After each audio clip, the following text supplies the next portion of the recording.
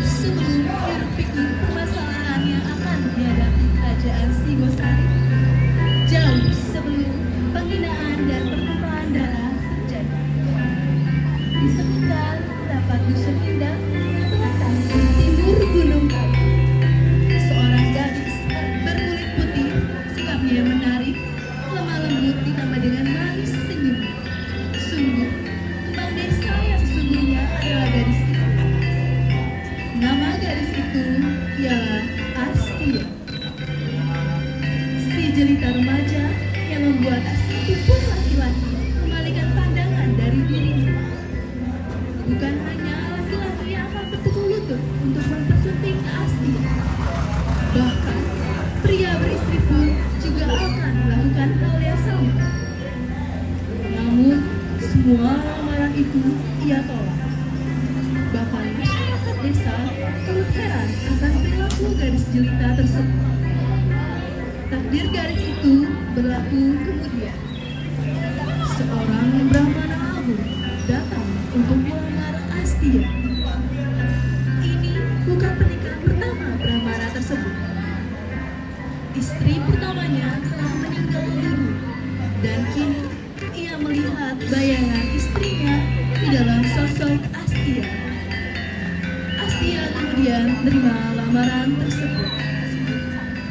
10 tahun menjadi istri yang dicampakkan oleh sang suami merupakan neraka panjang bagi Ken Endo, nama baru untuk Astia. Mulailah muncul ide-ide gila yang lintas di benak Ken Endo. Tapi sebisa mungkin ia selalu mengalihkan pikirannya. Sehingga pada suatu pagi saat Ken Endo sedang pergi melihat tanaman padi, arah pandangannya tertuju pada seorang pemuda yang asing baginya.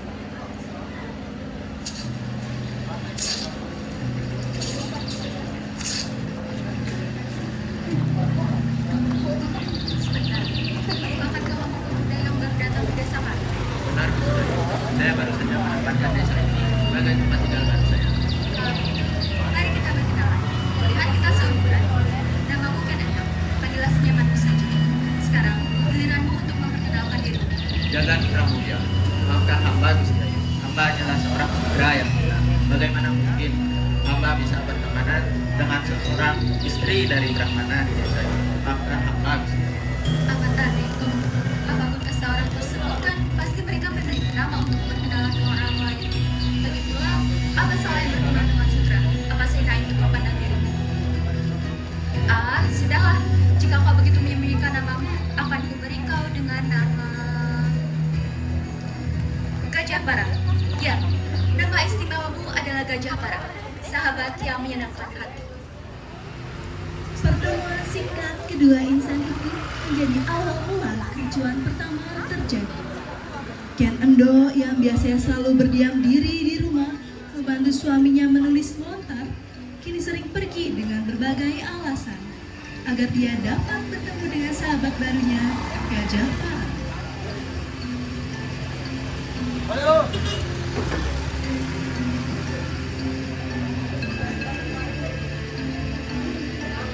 Akhirnya,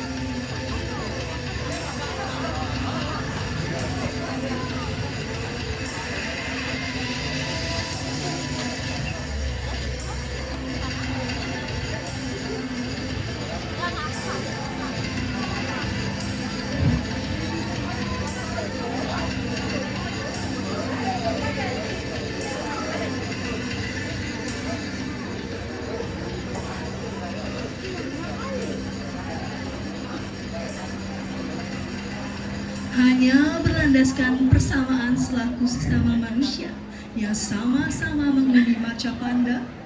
Ikatan persahabatan itu bisa menuntun mereka ke arah hubungan percintaan. Dan tampaknya bibit-bibit itu mulai terbuka. Apa tak apa-apa bagimu jika kau sering datang kemari dan menemuiku? Apa tidak akan ada buah bibir nantinya yang mengatakan bahwa kita berselingkuh? Lalu, kenapa kau begitu panik, Kakanda? Biarkanlah saja itu terjadi. Kenendo, aku tahu kita sudah bersahabatan lama. Tapi jika boleh jujur, aku yang Sudra ini mulai menyukai dirimu. Aku juga, tak masalah sahabatku. Kita bisa memulai hubungan yang lebih jauh kok. Lagi pula, aku sudah bosan dengan suami Brahmana itu. Masa aku dicapakannya setiap hari? Apa dia pikir aku tidak bisa marah? Jika itu perintah Gusti Ayu, hamba akan melaksanakannya dengan senang hati. Begitulah akhir dari persahabatan yang memulai kisah cinta terlarang dari kedua pihak tersebut. Memang merupakan impian Ken Endo untuk mendapatkan laki-laki yang bisa menghargainya sebagai seorang perempuan. Namun, kisah cinta itu memang ditandakan untuk berakhir.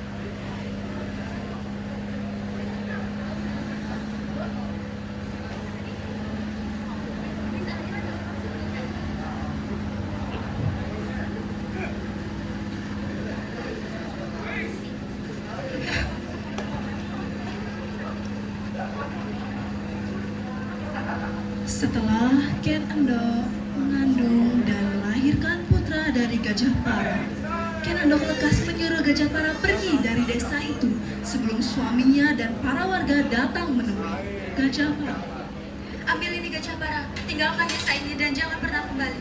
Lupakan diriku yang tak bersalah. Lupakan diriku dan jangan pernah kembali ke sini. Lalu, bagaimana dengan dirimu? Apa aku tega meninggalkanmu sendirian di sini dan memulai kehidupan yang baru? Jangan memikirkan diriku. Ini semua salahku. Ini salahku. Ini semua karmaku. Aku terlalu terlena dan jadi begini akhirnya. Cepat, kini kau harus lari. Sebelum Brahmana dan keluarga pergi untuk menangkapmu. Bawalah anak yang tak bersalah ini. Kelak, ia akan jadi seorang raja yang akan membanggakan ibunya. Jadi, kumohon, sekarang kau harus lari dari sini. Menganggap anak malang itu sebagai suatu kesalahan akibat tindakan hina yang mereka lakukan, Gajah Para merasa tidak sanggup untuk membesarkannya. Dan dengan langkah yang berat, ia menghapus kesalahan itu dengan cara menelantarkan sang anak.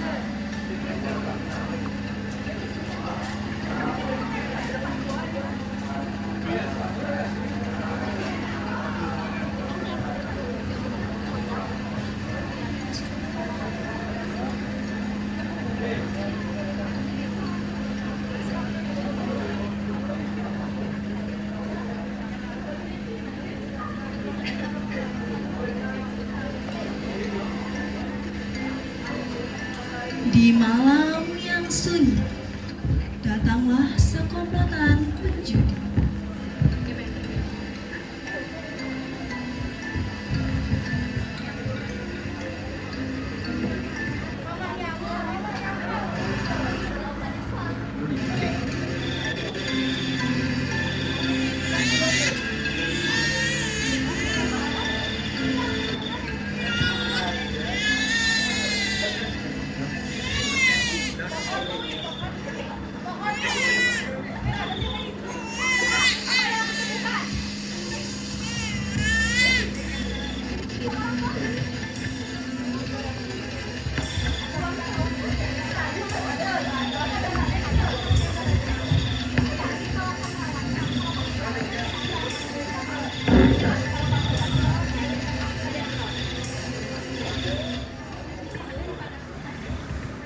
Setelah salah satu komplotan itu memutuskan untuk merawatnya, kemudian bayi laki-laki itu dinamai sebagai Ken Arok.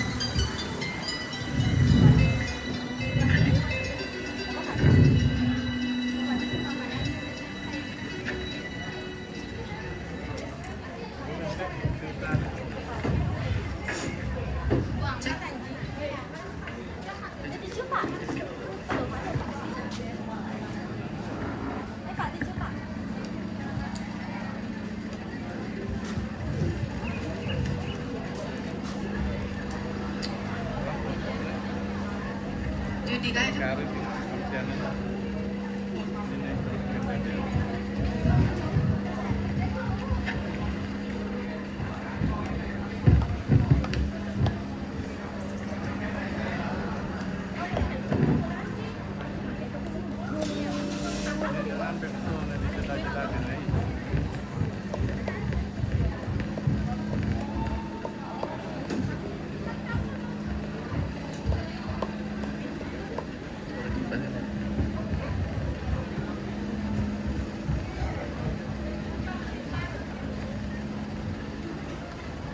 oh my god.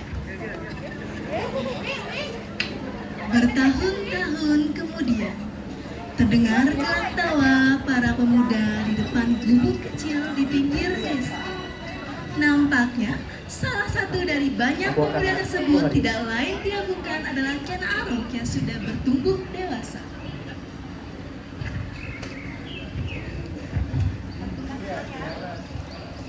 Kali ini, ku pasti menang.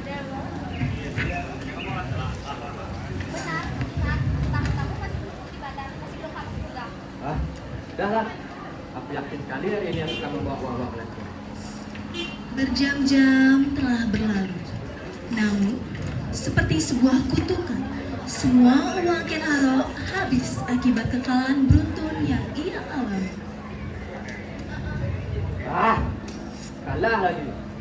Sekarang kau kalah lagi. Bagaimana cara membayar hutang ini? Ya, akan bayar. Beri waktu. Berapa banyak waktu lagi yang harus kita bayar? Akan ku bayar besok. Baik, nanti. Kalau kau besok tidak bayar. Ketika mendapati dirinya terus kalah dan melihat hutang-hutangnya semakin menumpuk, ia malah selalu menghindar dari para bandar penagih hutang yang membuat sang ibu angkat selalu menjadi korban penagihan hutang dari para bandar tersebut. Hal ini terus berlangsung sampai pada akhirnya sang ibu akan bersikap berbeda hari ini.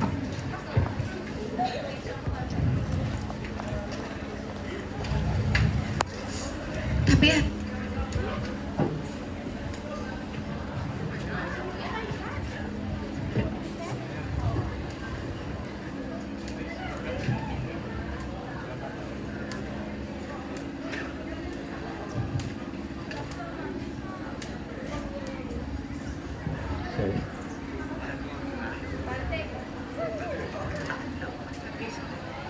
Saat Ken Arok berjalan pergi menuju rumahnya, Aku pulang. bagus ya kau. Ingat kau pulang. Dari mana saja kau? Kau bisa menjudi. Kemarin Pak Bandar datang dan menagih semua utangmu itu. Sampai kapan aku harus menanggungnya? Sampai aku menang judi dan menjadi kaya. Kau benar-benar. Sekarang kau pergi dari rumahku. Ibu. Ini barangmu dan keluar dari rumahku. Ibu. Ah. dengan langkah yang berat, Ken Arok pergi meninggalkan rumahnya.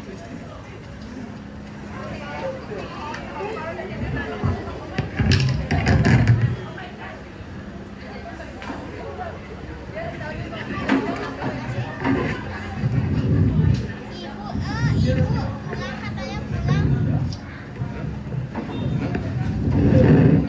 Jangan pulang.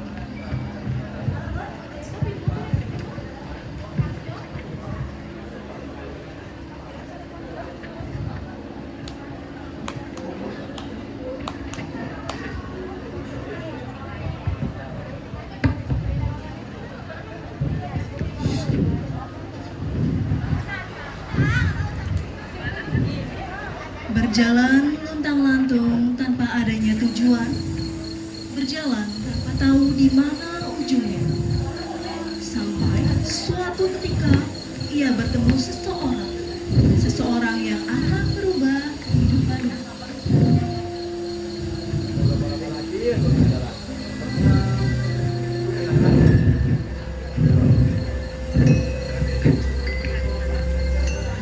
Maaf, aku tidak kenal. Siapa engkau? Saya Fenaro. Akhirnya aku menemukanmu. Setelah aku melihat wajahmu, aku yakin kau adalah Kican Dewa Wisnu di tanah Jawa ini. Apa maksud semua saudaramu? Apakah dirimu? Yun Palina, Noi Pulau keturunan Brahma. Kedatangan hamba kemari untuk mencari Kican Dewa Wisnu di tanah Jawa. Setelah aku melihat wajahmu, aku yakin kau lah orang. Nampaknya kau tidak memiliki banyak masalah. Dengan senang hati, aku akan membantu. Pertemuan mereka kedua membuat keduanya menjalin hubungan pertemanan yang sangat akrab. Logawe seperti sinar di antara ruang yang gelap. Logawe memberikan kehidupan dan pencerahan dan juga membimbingkan Aro menuju ke jalan yang benar. Di sisi lain, di sebuah desa di bawah lereng kaki Gunung Kawi, hiduplah seorang Brahmana agung bernama Empu Purwa. Keluarga Brahmana itu seringkali menjadi buah bibir manis para penduduk desa. Karena dikatakan bahwa anak perempuan dari Empu Purwa mempunyai paras yang sangat cantik. Sinar rembulan pun kalah akan kecantikannya.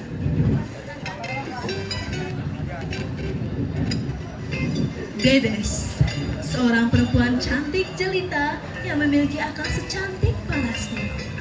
Rumor akan kecantikannya itu telah sampai keluar desa. Banyak sekali laki-laki yang penasaran dengan rupa gadis tersebut. Salah satunya adalah seorang pemuda yang menjadi aku di kerajaan Tumapel. Pemuda tersebut bernama Tunggul Ametung. Karena rasa penasarannya, Tunggul Ametung pun segera menyusul ke desa tempat Dedes tinggal untuk mempersuntingnya. Sesampainya ia di sana, Tunggul Ametung langsung terpesona oleh kecantikan Dedes dan menawarkan Dedes untuk menjadi istrinya. Wahai putri Juwita di sana, aku sangat terpesona melihat kecantikanmu. Sudahkah engkau hamba jadikan istri? Akan hamba sayangi engkau dengan segenap hati. Ampun.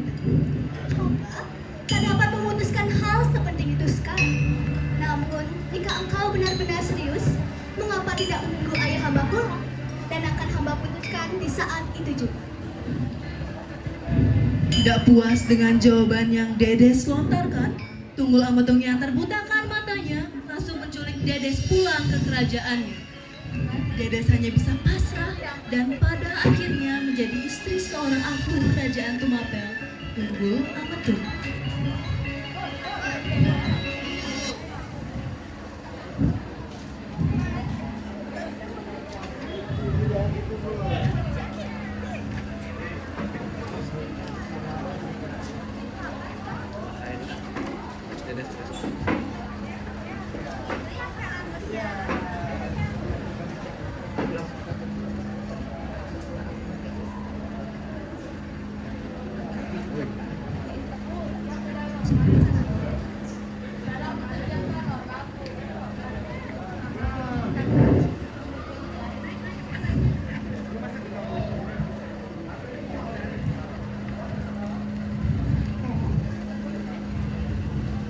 Dedes secara terang-terangan menunjukkan rasa ketidaksukaannya pada Tunggul Ametung dalam kesehariannya sebagai seorang istri. Semua orang tahu bahwa pernikahan ini tidaklah harmonis.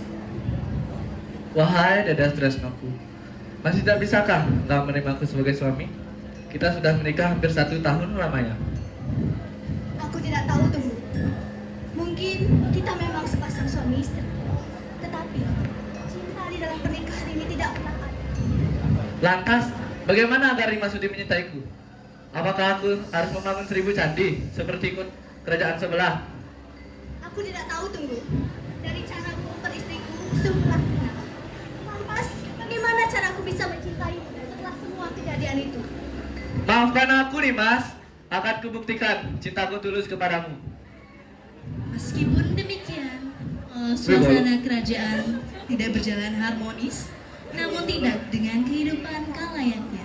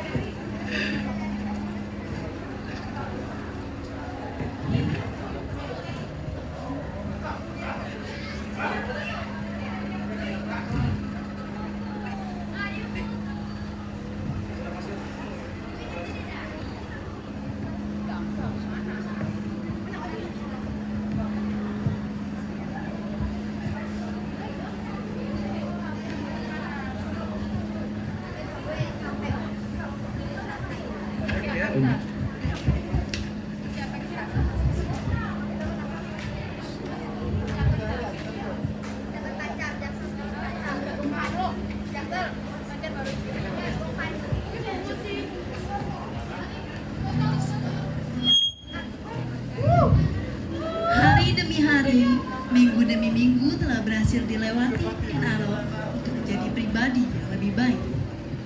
Atas bantuan Logawe, Ken Arok berhasil menjadi pengawal kerajaan Tumapel, tepatnya sebagai prajurit kerajaan Tunggul Ametu. Ini merupakan hari pertamamu menjadi pengawal kerajaan. Apakah kamu siap? Ya, aku sangat siap. Baiklah kamu. Permisi Tuan, hamba datang bersama pemuda yang akan menjadi pengawal Tuan. Tuan, hamba adalah Ken Arok, bersedia menjadi pengawal Tuan.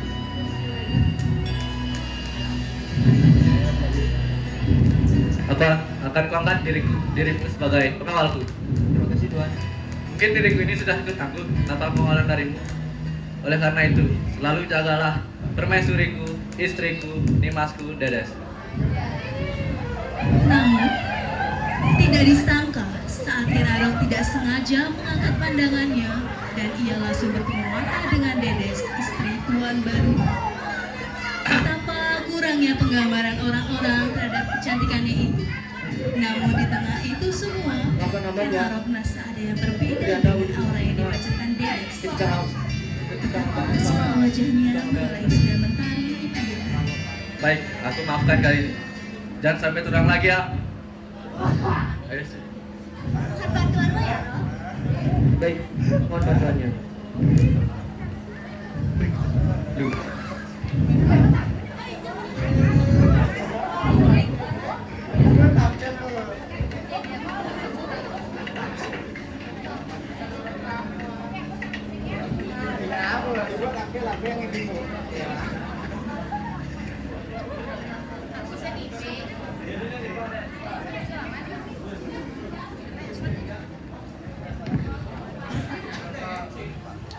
Setelah pertemuan singkat itu, ketika Ken Arok sedang menjalankan tugasnya sehari-hari sebagai pengawal permaisuri Tumapel, dirinya kembali mendapati aura yang terus terpancar di tubuh Dedes. Baik Tuanku. Aura itu terasa begitu menyilaukan. Karena kejadian itu terus-menerus terulang, sepertinya rasa penasaran yang pendam memuncak. Seperti semesta berada di pihaknya, tanpa disangka Logawe datang dan bertemu dengan Ken Arok. Ada apa, Rok? Aku melihatmu seperti ada sesuatu yang kau pikirkan. Sebenarnya akhir-akhir ini ada yang menganjal pikiranku. Jadi, apakah itu? Jadi, setiap aku melihat ke Dedes, aku merasakan ada aura terpancar dalam diri. Aku tidak bisa menjelaskan. Tapi yang jelas, aku menginginkannya sudah saat. Jadi ramalan itu benar. Ramalan apakah itu, Bu? Dikisahkan pada sebuah lontar disebut bahwa akan ada pemimpin-pemimpin besar yang lahir dari seorang perempuan yang memiliki sinar pertima seterang cahaya bulan. dan mampu menandingi bintang-bintang di langit malam. Hanya melahirkan seseorang yang menjadi suaminya akan menjadi penguasa tanah Jawa. Mungkin itu yang terjadi. Ternyata aku betul-betul bisa melayani ibu dia. Terima kasih Orang Tua. Sudah saya melayani dia dengan baik. Terima kasih Bu. Selepas bertemu dengan Logawe, Ken Arok tidak bisa berhenti memikirkan perkataan teman dekatnya tersebut. Semakin ia memikirkannya, semakin banyak pula pikiran-pikiran busuk yang keluar. Katanya bahwa Kenedes akan melahirkan seorang penguasa. Tapi bagaimana jika aku akan menjadi penguasa Kenedes? Tapi bukankah Tuan Tunggul Agus Tunggal yang memiliki keberhasilan? Tapi menurut rumor, Permaisuri saat ini tidak menyukai Tunggul Agus Tunggal. Apakah itu memiliki kesempatan? Perlukah aku membuat Kenedes jatuh cinta pada Sonatu? Sabun. Itu akan terjadi. Mula-mula aku harus buat Kenedes jatuh cinta pada aku. Dengan langkah yang ringan, Ken Arok kembali melanjutkan perjalanan pulangnya, sembari mulai memikirkan banyak cara agar rencananya berjalan dengan sempurna.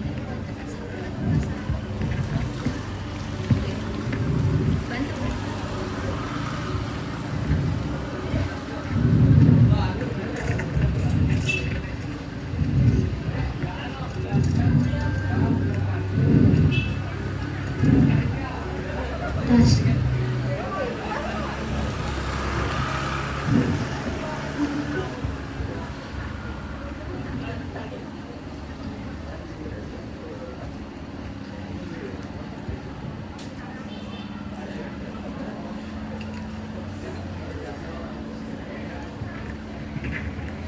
Hari demi hari berlalu.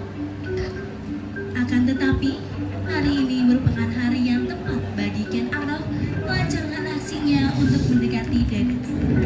Saat Ken Arok seperti biasanya memulai penjagaannya terhadap Dedes, Sinar matahari mulai naik Permaisuri. Tapi mengapa rasanya sangat dilakukan tegak keluarga? Ternyata kau bisa juga menggoda orang ya, Rok? Tidak juga. Selamat pagi wahai istriku yang jelita. Apa tidurmu nyenyak? Ya, kemarin malam tidurku nyenyak. Dan istriku, ada hal penting yang ingin kubicarakan kepadamu. Katakan saja, apa itu? Jadi hari ini aku akan melakukan perjalanan ke Kejutaan Timur untuk menjalin kerjasama. Tunggu, kenapa aku tidak ikut saja denganmu? Aku ini sampai terluka karena perjalanan tidak memadai. Dan aku juga tidak mau istriku kelelahan karena perjalanan jauh. Dan Arok, percayakan, jaga istriku dan lindungi dia. Baik Tuanku, sudah hamba akan laksanakan. Bagus, ayo istriku, kita sarapan. Makanannya lezat. Ken Arok merasa ini seperti takdir baik untuknya. Kepergian Tunggul Ametung dari istana tadi membuat Ken Arok merasa memiliki kesempatan untuk mendekati Dedes. Ken Arok mulai melancarkan rencananya yang sudah ia buat sebelum-sebelumnya untuk mendekati Dedes. Dan karena perhatian dan juga kepekaan yang ditujukan Dedes kepadanya, membuatnya perlahan tertarik kepada Ken Arok. Tuanku akan melakukan perjalanan ke Kejutaan Timur. Ini waktu yang tepat untuk apakah aku harus mudah dengan pisau atau belati atau anak panah? Sepertinya aku harus memikirkan dengan yang tajam yang bisa membunuhnya dengan sekali di sunat. Tiba-tiba, pegawai datang menghampiri Ken Arok.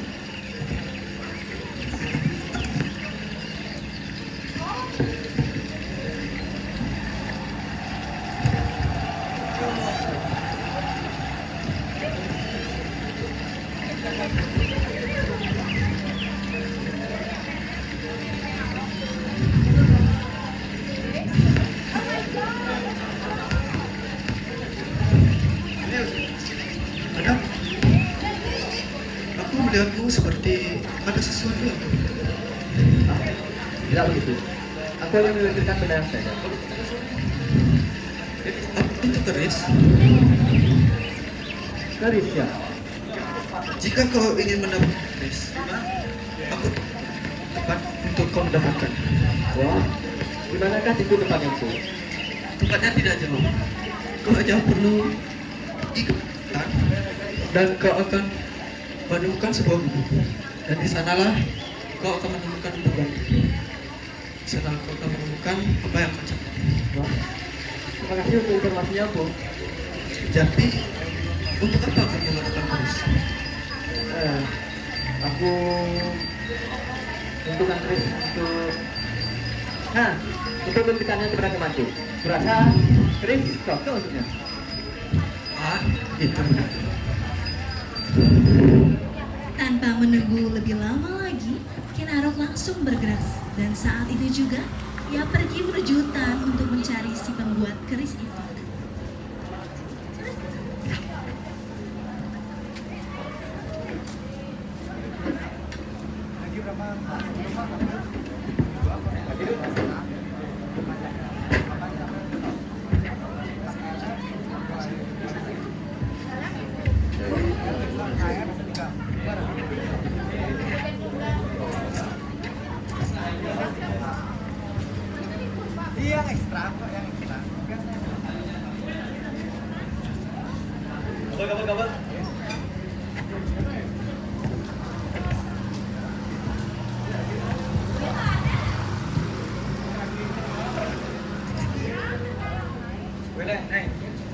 Agak mundur kita.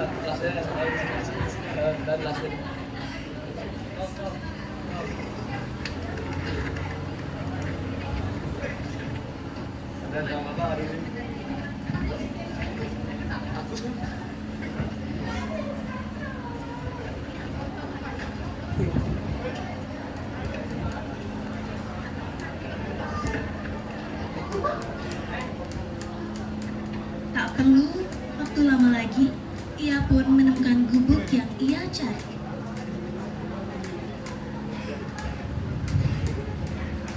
Kurasa inilah tempatnya.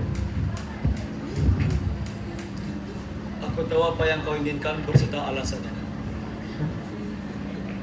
Aku bisa membuatkanmu keris seperti apa yang kau mau. Wah, terima kasih banyak Bu. Kapan keris itu bisa menjadi milikku? Akan ku buat itu dulu, tapi dengan syarat berikan aku waktu 1 tahun untuk membuatnya. Apa? 1 tahun? Apa aku tidak bisa membuatnya dulu cepat? Keris ini adalah keris sakti, jadi aku harus mengumpulkan tenagaku untuk membuatnya. Tapi aku tidak bisa lebih cepat. Jika terlalu lama, peranku akan hilang. Baik, akan ku buatkan lebih cepat daripada itu. Tapi aku janji tidak akan jadi. Baik, terima kasih Bu. Aku berutang padamu.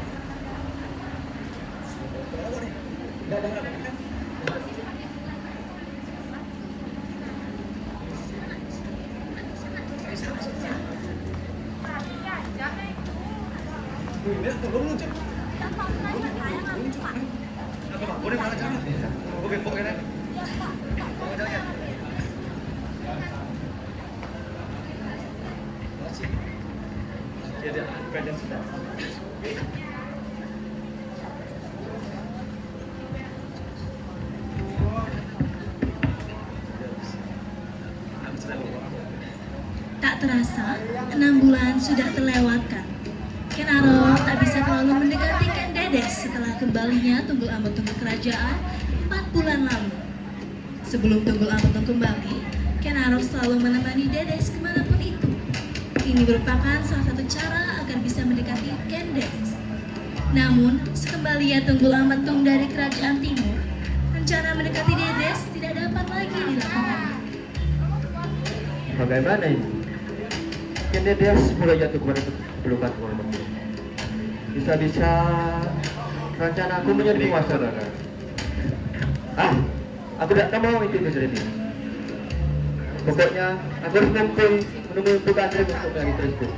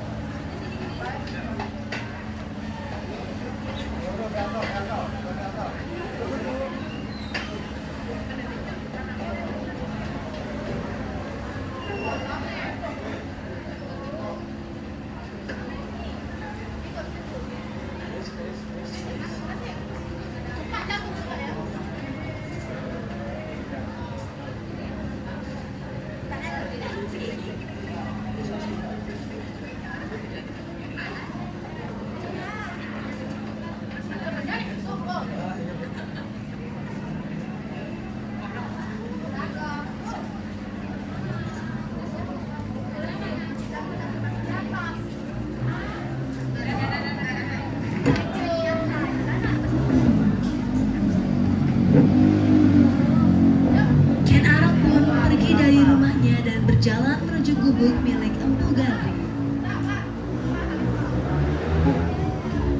Pesanan itu sudah siap? Kerisnya sudah jadi. Namun sarungnya akan jadi 6 bulan lagi. Apakah tidak bisa membuatnya sarungnya berpari saja? Keris ini adalah keris sakti. Jadi aku tidak main-main untuk membuatnya. Baiklah, kalau gitu aku ambil kerisnya saja. Tidak perlu sarung itu. Karena aku perlu keris itu secepatnya. Tidak bisa. Aku akan memberikan keris ini jika sarungnya sudah jadi. Jika kau tidak mau, silakan kau pergi. Maaf. Tapi aku tidak mau itu terjadi.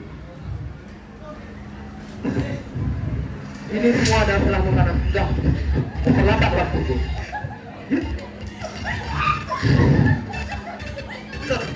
Keris itu, kau kalau mati kalau keris itu, sangat keturunan kau.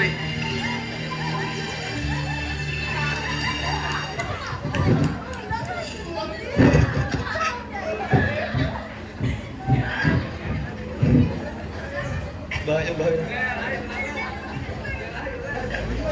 Kejap.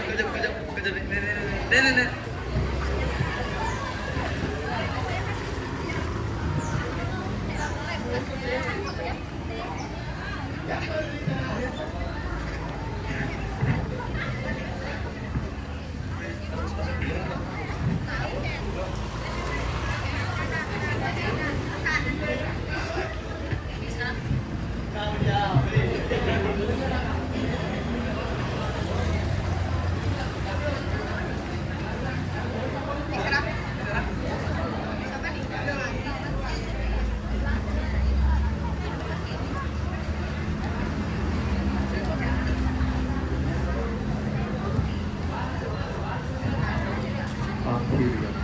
Keris ini sudah menjadi tanganku.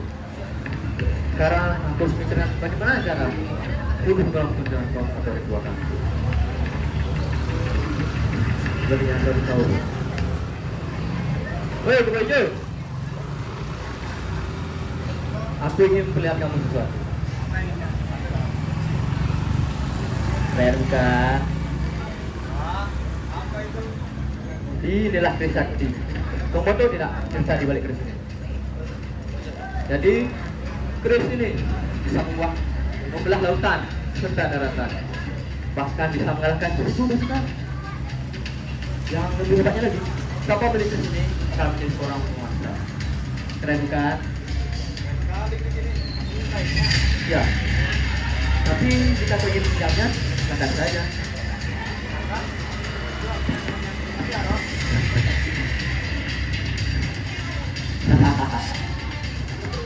Seekor tikus sudah masuk kantong. Kebo Ijo sangatlah senang mendapatkan keris sakti itu.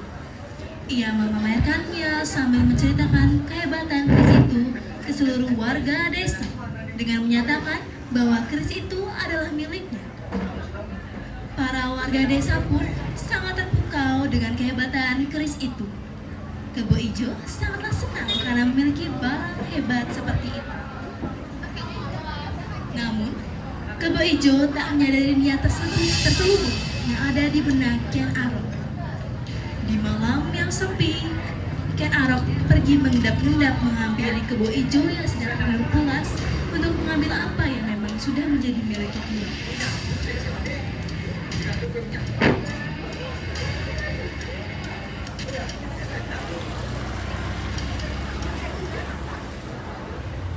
Malam ini waktu yang tepat untuk membunuh tumpul orang itu.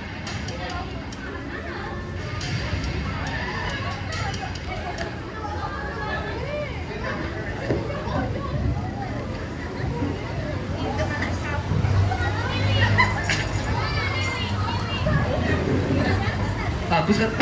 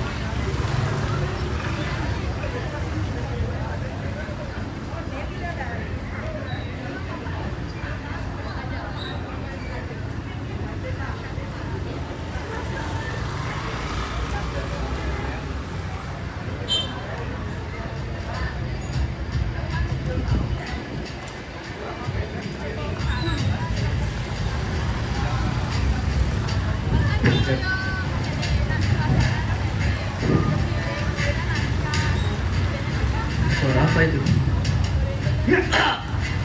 Halo.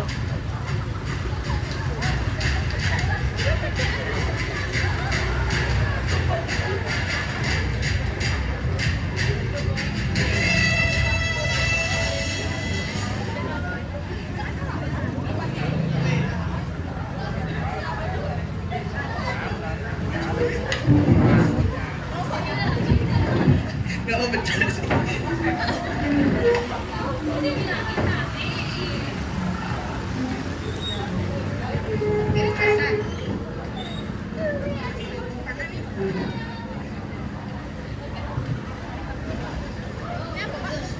Keesokan harinya, mendengar kejadian naas yang terjadi di istana, sampai mengakhiri hidup sang penguasa itu, membuat suasana kerajaan Tumapel menjadi ricuh.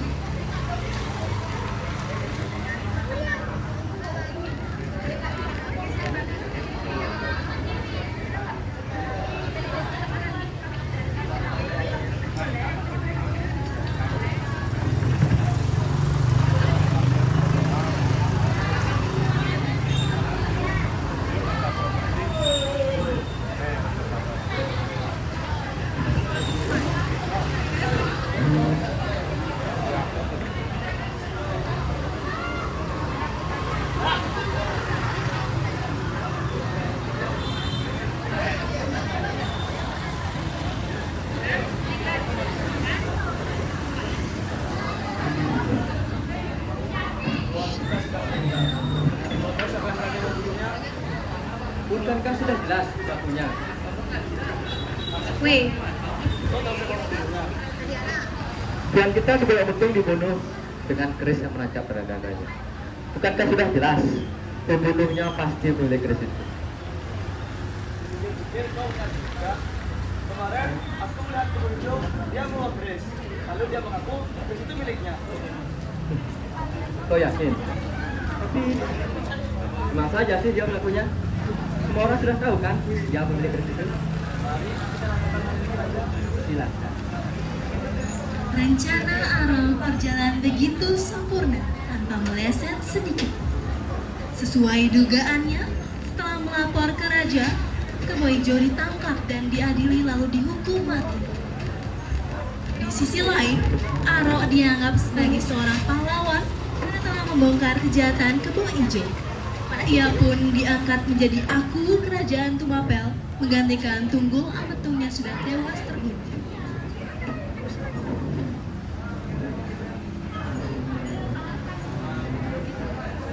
beneran sih.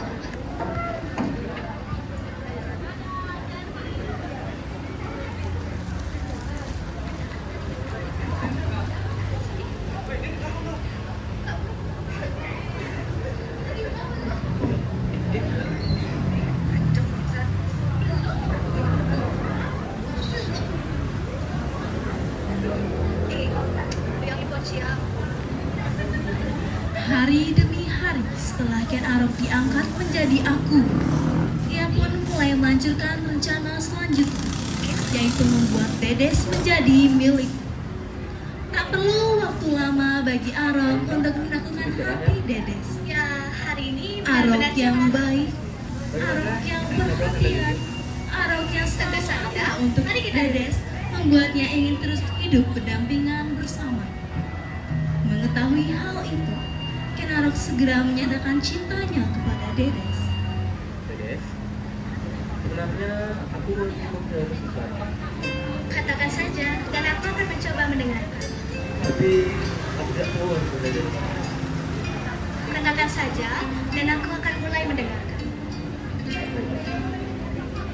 Dedes, maaf karena terlalu cepat kau. Padahal kau baru sekarang. Sebenarnya, Dedes, sejak aku melihatmu pertama kali, sudah jadi cinta kepadamu. Namun saat itu kau sudah jadi istri dari suami. Namun sekarang aku tidak bisa tunggu lama lagi. Sudikah kau menjadi istriku? Terima kasih, Aro, atas semua kata-kata manis. Seperti yang kau tahu, saat pandangan pertama, aku juga mulai menyukaimu. Tapi situasi pada saat itu, kau tahu kan bahwa aku sudah memiliki suami. Namun sepertinya takdir memang memihak kepada kita. Jadi, bersediakah kau menjadi istriku? Tentu saja aku bersedia. Asam di darat, ikan di laut bertemu dalam belanga. Meskipun berasal dari wilayah yang berbeda, Ken Arok pun berhasil mendapatkan wanita impian.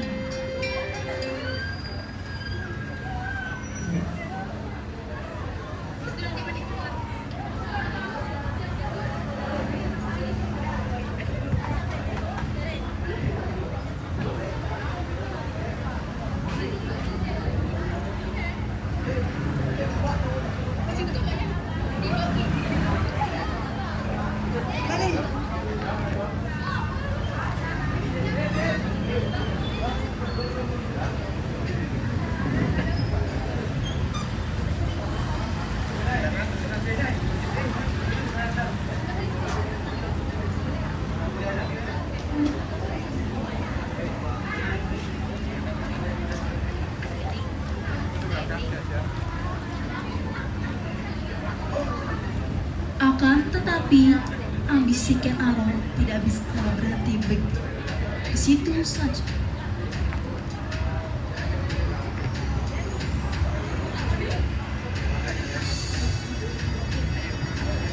Tinggal selangkah lagi, aku akan menjadi seorang penguasa. Ken Dedes sudah jatuh ke tangan. Sedangkan aku sudah menjadi aku. Sekarang saatnya memikirkan bagaimana caranya menjadi penguasa di Sumatera. Oke. Sudah tahu apa harus dilakukan. Pengawal! Ada apa, Tuan? Segera kumpulkan pasukan. Kita akan menyerang kerajaan Kediri. Baik, Tuan.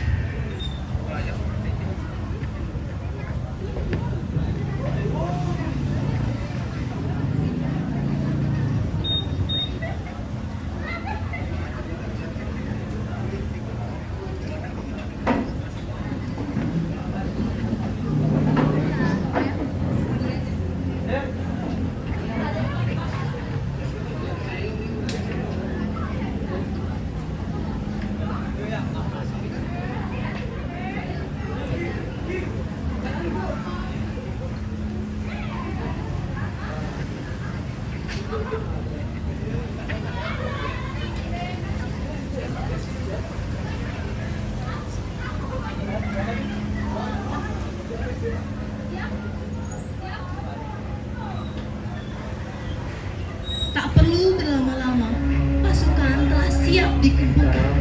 Dengan Ken Arok sebagai pemimpin, membuat semua pasukan siap menyerang kerajaan Kediri. Serang!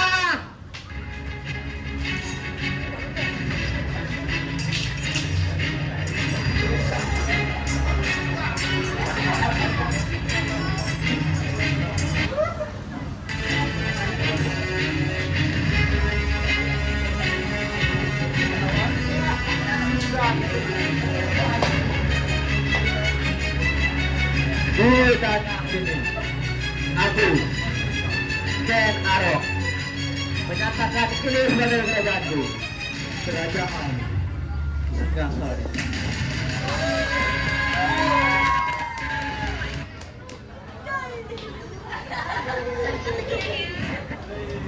Hai.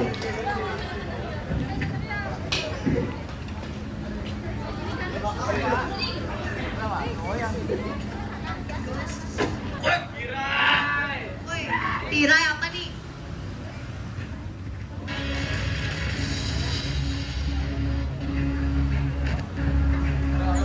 Diperankan oleh Manik Suteja sebagai Ken Arok, Jessica Chandra